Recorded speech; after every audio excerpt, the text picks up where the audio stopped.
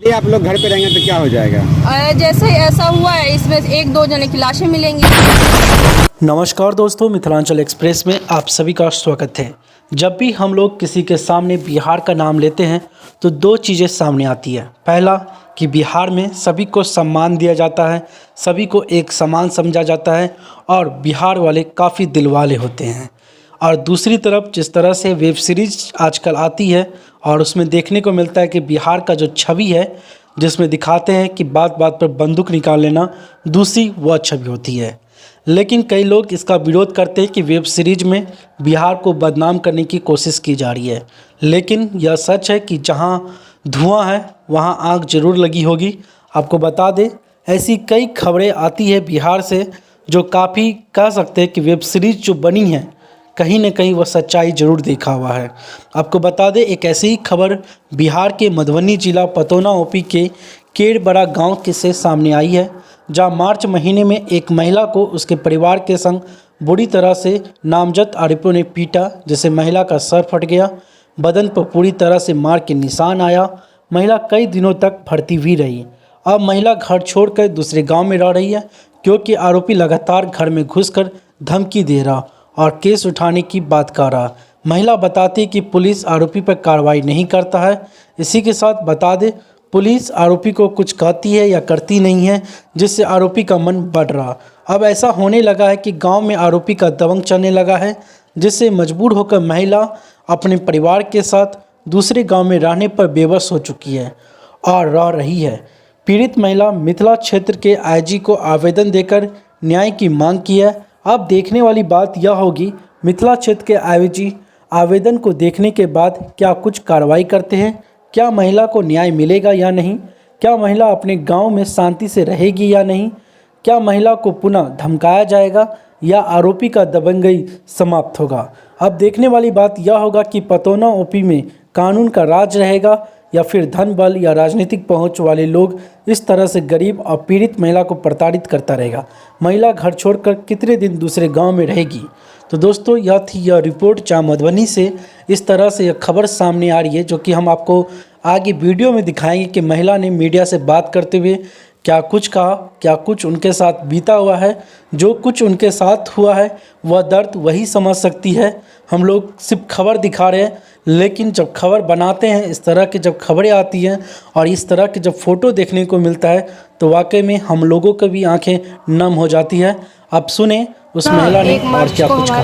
2022 में जो हमारे गांव के है ना अशोक साहब, उनकी पूरी फैमिली, ललिता देवी और पंकज कुमार और रानी कुमारी है ना, जो मेरी मम्मी, हम जैसे हम बाहर रहते थे, हम गांव में आते हैं, हम लोग एक तो हमारी लैंग्वेज हमें समझ में नहीं आती, तो उन्हीं की कोई भाषा में उन्होंने गाली गलौज की। तो मेरी मम्मी और मैं मेरी मम्मी बाहर गई हुई थी और मैं घर में थी, और ये जो मेरी बहन है, छोटी बहन, वो खेल रही थी। आपसी रानी कुमारी और मेरी बहन में लड़ाई हुई, तो उनके फादर आए, तो उनके जब पिताजी आए तो आपस में कोई बात विचार मेरी बहन को मारा। उसके बाद मेरी मम्मी आई तो वो यही पूछने गए कि किस लिए मारा, और इसी में फिर मेरी मम्मी पे भी मारा गया, मुझे भी मारा गया, और 8-9 महीने हो गया पर इसमें कोई कार्रवाई नहीं है। और फिर पहले 6-7 महीने हो गया, उन्होंने ललिता देवी जी ने अपनी बेल करवा ली।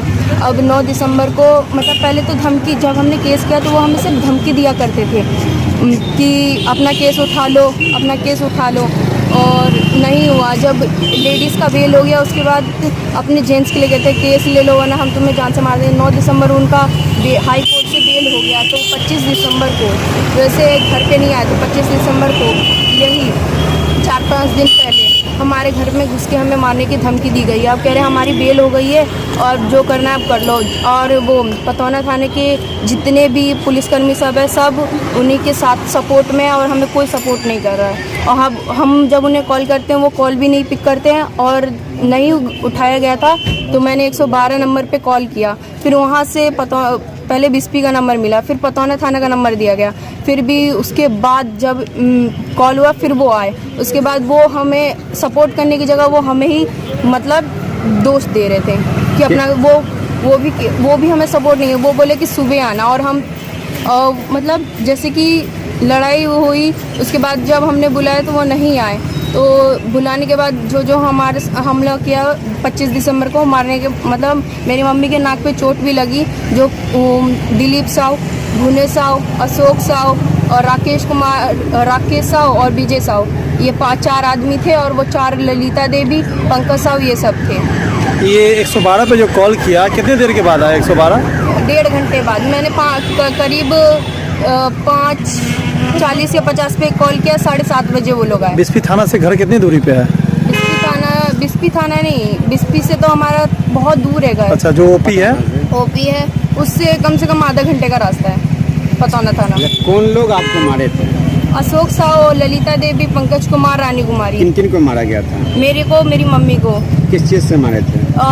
एक कुदाड़ी जो कहते हैं ना, उससे मारा गया था और बांस का जो फट्टा सब नहीं होता उससे मारा गया था। मारा गया था? सर पे मारा गया था। अच्छा, सर पे मारा, मेरे भी यहाँ पे लगे हुए हैं, पीछे भी लगे। सर किसका फटा हुआ है? मेरी मम्मी का। मम्मी का सर फटा था? हाँ। और कहाँ पे मारा गया था मम्मी? मम्मी के हाथ पे मारा गया था, ये रहा, और गले पे मारा गया था। इनका इलाज कहाँ हुआ था? सदर हॉस्पिटल में, मधुबनी के। तो वहाँ से पीसी वगैरह बना था आप लोग? बना था, पर उसमें भी जो इतनी गहरी चोट आने के बाद भी जो डॉक्टर ने नॉर्मली कर दिया, इसलिए हमारा कुछ केस करने के बाद भी हमारा कोई फायदा नहीं। 9 मंथ हो गए, अभी तक कोई कार्रवाई नहीं है। और तो जब 9 दिसंबर को बेल हो गया, उसके बावजूद हम 25 दिसंबर की धमकी के बाद हम अपने गांव में नहीं हैं। जब आपका केस हुआ और केस होने के बाद आपको धमकियाँ भी मिली है? हाँ, फिर भी पतौना थाने वाले हमें कुछ सपोर्ट नहीं कर रहे हैं। वो पता नहीं हमें किस लिए सपोर्ट नहीं कर रहे। ये वो जमींदार लोग हैं, वो लोग जमींदार लोग हैं। वो कहते हैं कितनी भी गवर्नमेंट है वो मेरे जेब में है। अच्छा, और 25 दिसंबर को ये बात बोल के गए हैं। जब ये लोग बेल पर हैं अभी कि जेल में हैं? वो जब से हमने केस किया एक बार भी वो जेल में नहीं गए, वो घूम ही रहे बिंदास है। ये लोग अभी बेल पर आए हैं, बेल ले लिए हैं क्या? हाँ, बेल हो चुका है। बेल लेने के बाद क्या हुआ आपके साथ? बेल लेने के बाद कुछ नहीं हुआ। उसके बाद धमकी दी गई कि केस उठा लो, केस उठा लो, कुछ नहीं हुआ। फिर 25 दिसंबर को ना हमारे घर में घुस के हमें मारने की कोशिश की गई। मम्मी आपको बताइए, गाली गलौज करता? कौन गाली गलौज करता? अशोक साहू है, भुवन साहू, विजय साहू है और ललिता देवी, और उसका बेटा पंकज कुमार। वो 18+ है, पर उसको नाबालिग बता गया है। पुलिस से आपको क्या शिकायत है? वहाँ के स्थानीय पुलिस की ये शिकायत है कि वो हमारे कार्रवाई नहीं है, हमारे बोलने पे एक बार भी नहीं आती है। और मतलब हम उनके वो हमें कहते तो हम जाते हैं, पर हमें कोई दुर्घटना पे होती है तो वो टाइम पे नहीं पहुंचती और ना हमें कुछ कहती है। एक बात बताइए, जब मैंने 25 दिसंबर को उन्हें बुलाया तो एक तो 2 घंटे के बाद वो आए। उसके बाद वो कुछ लोग क्या क्या हुआ वो हमने बताया। उसके बाद नाम लिख के चले गए, बोला कि मॉर्निंग में एप्लीकेशन देने आना। आपको लग रहा है कि पुलिस आपके केस में काम नहीं कर रही? अच्छा, अभी कहाँ है? अभी हम दरभंगा में। क्या कहिएगा आईजी साहब से?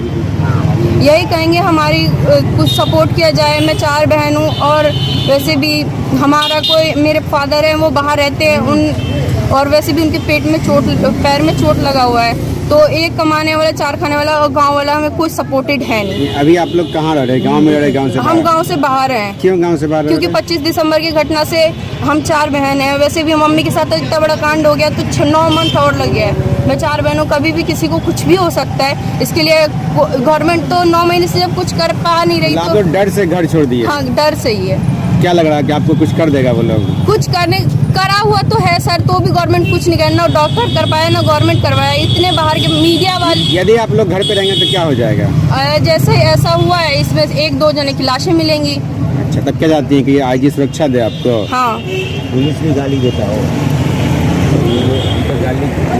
वो भद्दी गालियाँ भी देते हैं और कहते हैं अब के बेल पे अब उनका अब तुम उखाड़ के लोगे उसका। कौन बोलते हैं ये बात? ये वो लोग, वो पंकज कुमार सर। पुलिस भी और कुछ बोलती पुलिस है? भी सब। पुलिस क्या बोलता है? पुलिस का कहना है उसका बेल हो गया, अब तुम लोग कर क्या लोगे, उखाड़ क्या लोगे। अच्छा, पुलिस ये कहती है? हाँ। क्या नाम हुआ आपका? मेरा संगीता कुमारी। मम्मी का आपके? मीना देवी। कहाँ घर है? किरबारा। थाना? पिन कोड थाना थाना बिस्फी, जिला मधुबनी।